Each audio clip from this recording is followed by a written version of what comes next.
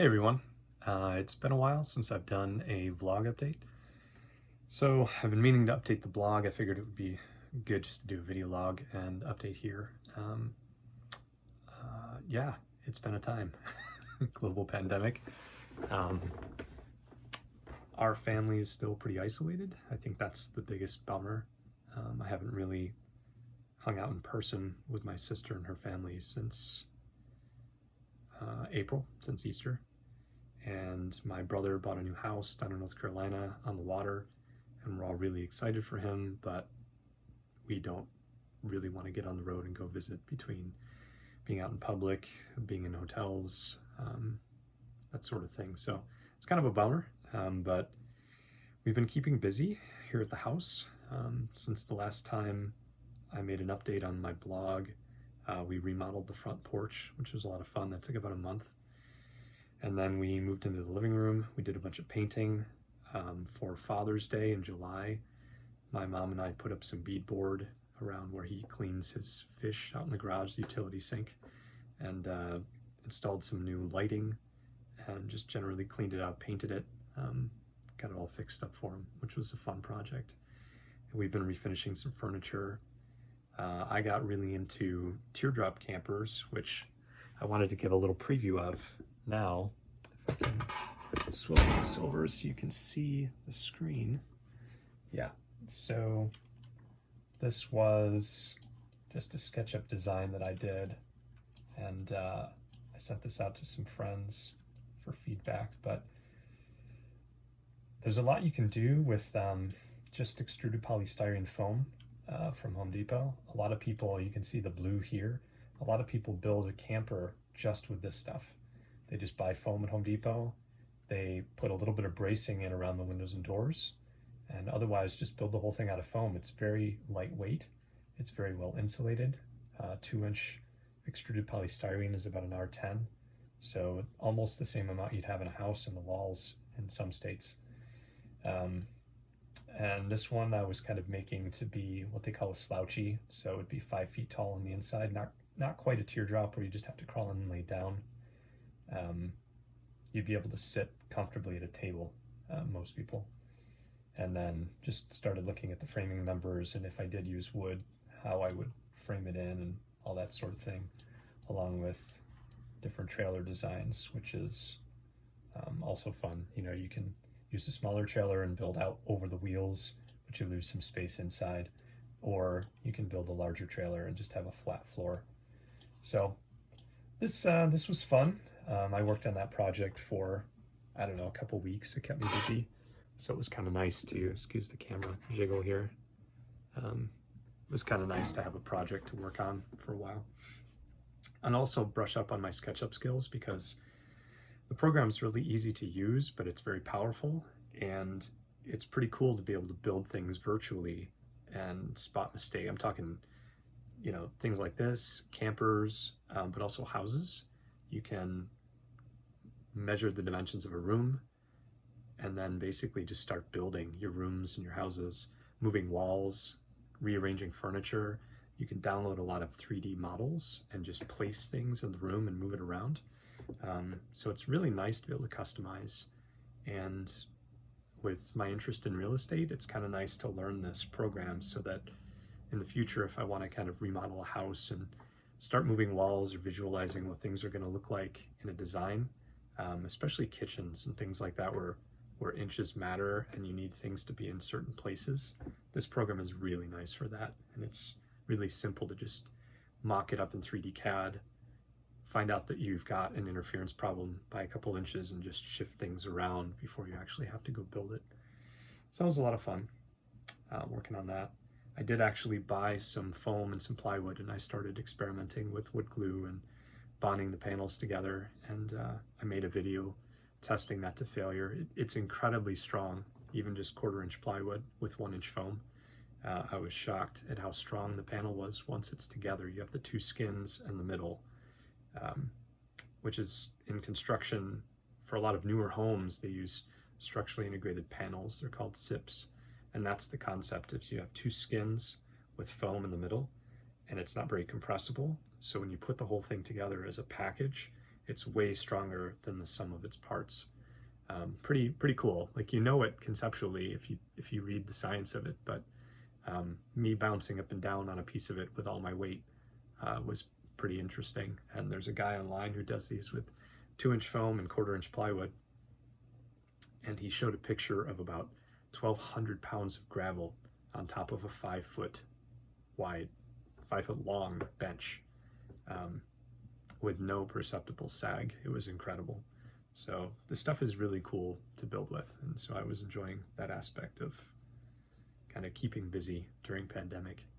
But yeah, the other big project that I did was digitizing, encoding, and uploading all of our old family home videos to YouTube. And that kind of work is monotonous.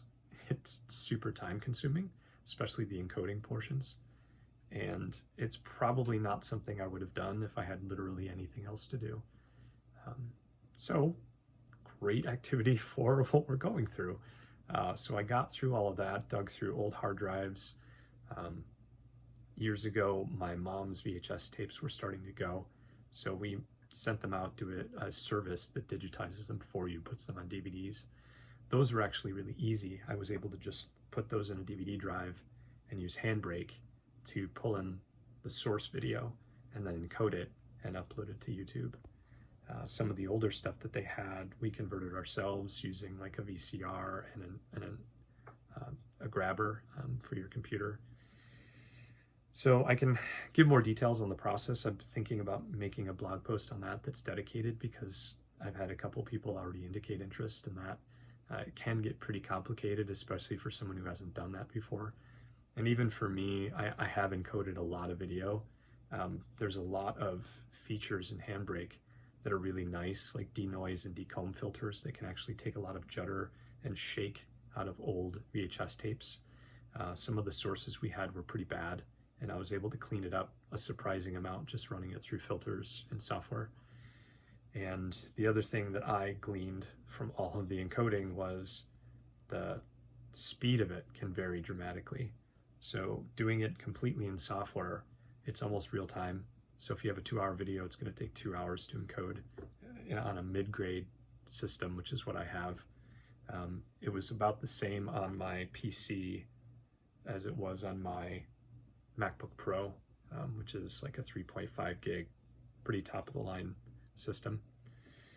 It is faster if you have more cores in your CPU, but it's also faster if you have a good video card and you can use hardware acceleration, which I do. So when I used Handbrake and I used hardware acceleration, I could get up to like 130, 150 frames per second.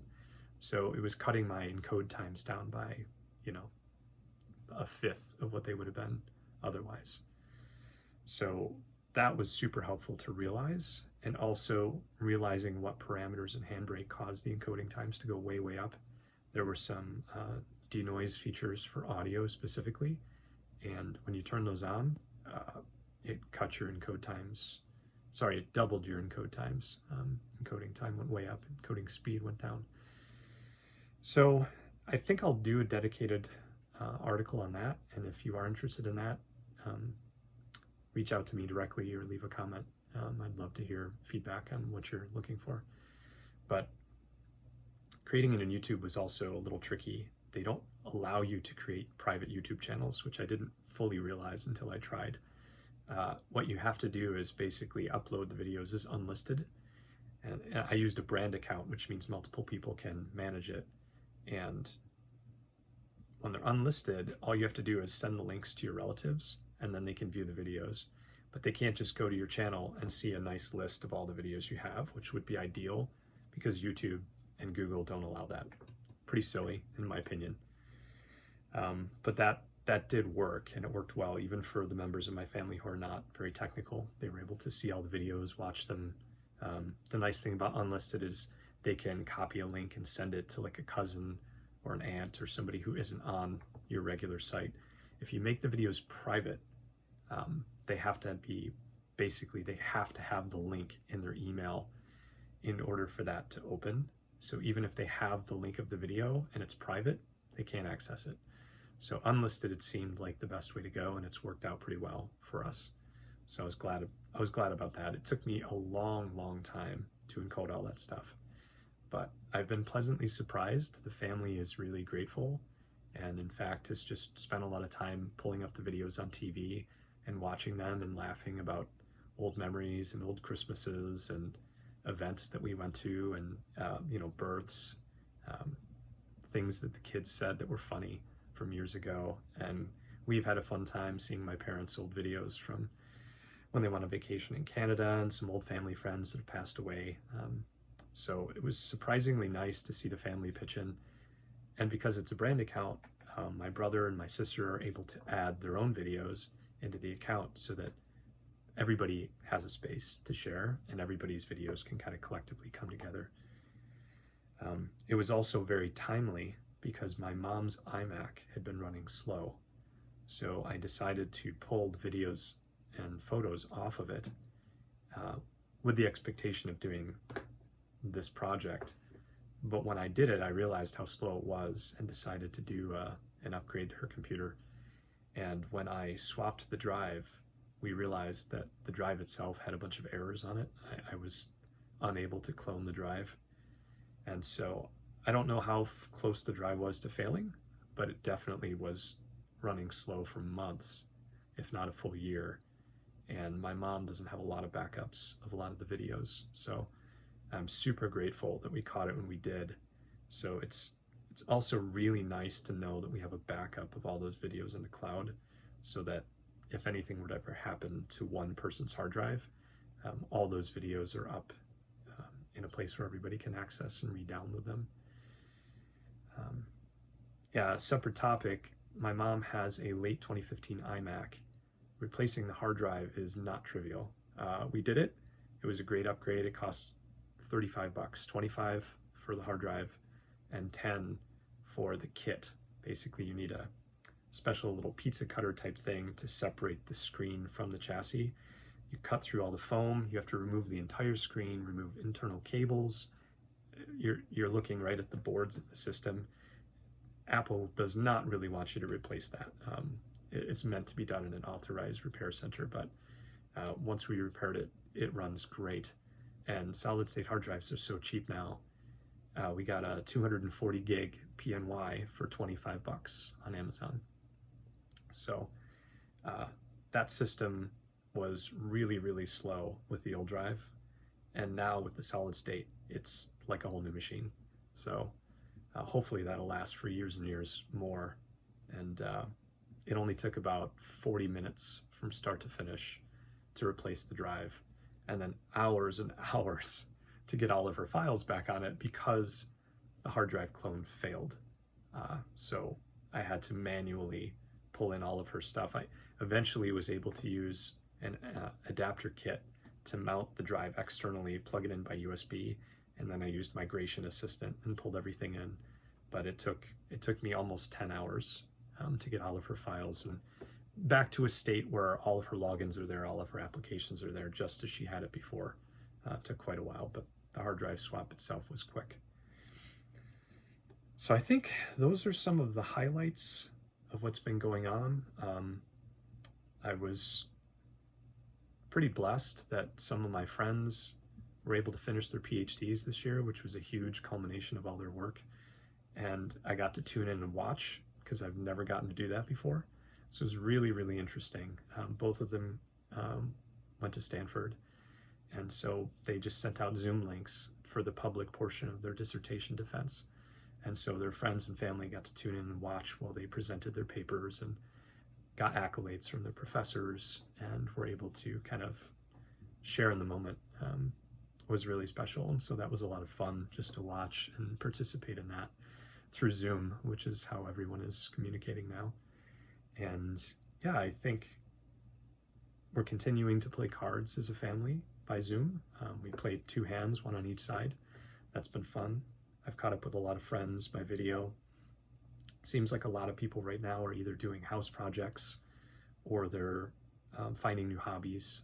Baking was really big at the beginning of the pandemic. I did the same thing. I baked bread with yeast, and then we couldn't find yeast anymore, so I started doing no yeast pizza dough, which was actually delicious. Did a bunch of other baking. I made lasagna last week from scratch for the first time. So it's kind of been an interesting time to explore new things, and that's kind of the way I've been approaching it.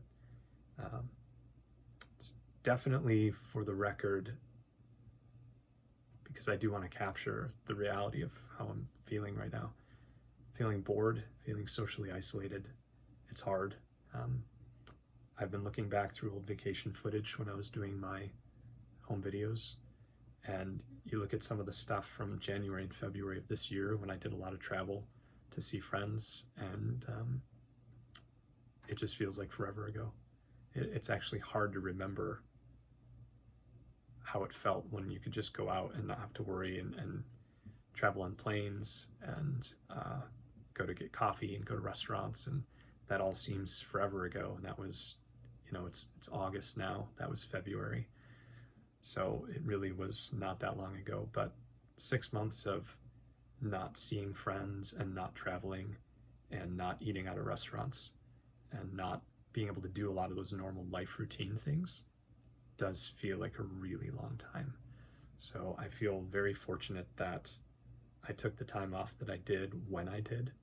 The fact that I'm able to be here at my folks' place and help out my parents and do a lot of things around the house. And my sister has been doing all the grocery shopping, so and cleaning and sanitizing everything so that they don't ever have to go out. So that's been really great. The timing is good. And I also feel fortunate that I am here. Like, we can talk together, we can laugh, we can play games, we can watch movies. I have a comfortable place to be. I'm not paying, tons of rent on a place that I'm not in as much. So I feel fortunate for all of those things. And I think a lot of my friends do as well, even the ones that have temporarily relocated. It seems like a lot of people have left their apartments behind and gone back to see parents, or are currently living with their folks, or are living with other family, just to get through the pandemic, and to have some time with other people and not to be isolated. And that's been great, because I think if I was alone in my apartment in Sunnyvale, California, and not able to go out and not able to, go downtown and go out to restaurants and shops, which is what I did every day, there would literally be no reason to be there. I'd feel very isolated, just sitting in my apartment alone all day. So it's nice to be here. It's nice to have kind of the outlets and the things that I do. And also, there's enough land here that I can go out for a walk. I can go for walks up and down the road, although it's kind of busy. And yeah, it's nice to be able to get outside and have space and have room and be able to do projects and work on things and do all the construction stuff I've been doing all along to stay busy. And I think one of my big realizations through all of this has been the physical work is really good for my mental health. If I have to be inside all day or even staring at a computer all day, I just freak out. It's not good. I need to be doing something that feels productive. The teardrop was great for that. It kept me occupied. But even with this, you're still in front of a computer. And so being able to do physical work relieves my mental fatigue in a way that nothing else does. So having all of the projects and being able to work on that stuff was a lot of fun, and it helped me a lot. And on the days that we had a couple days, it was 95, so I skipped working. It was pretty tough. So I can definitely sympathize with a lot of the people who are struggling when they're just sitting inside working all day in front of a computer and then can't get out at night. Yeah, hang in there, find hobbies, find crafting projects would be my advice. That's been what has helped me a lot, is just working with my hands.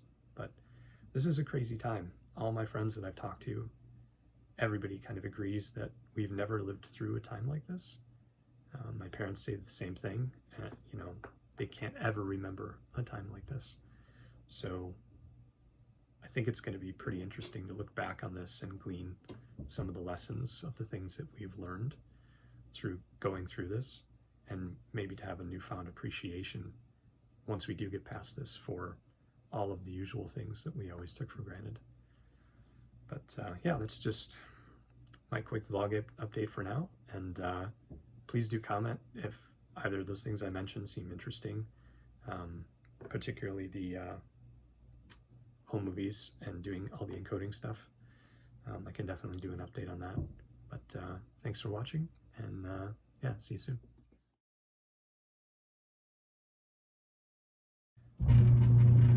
Garage door's opening.